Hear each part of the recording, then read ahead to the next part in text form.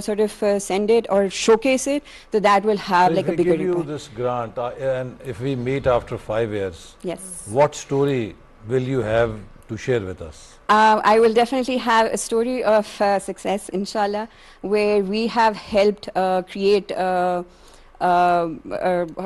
livelihood for a lot of craftsmen especially, and of course like this is something that I was talking to about my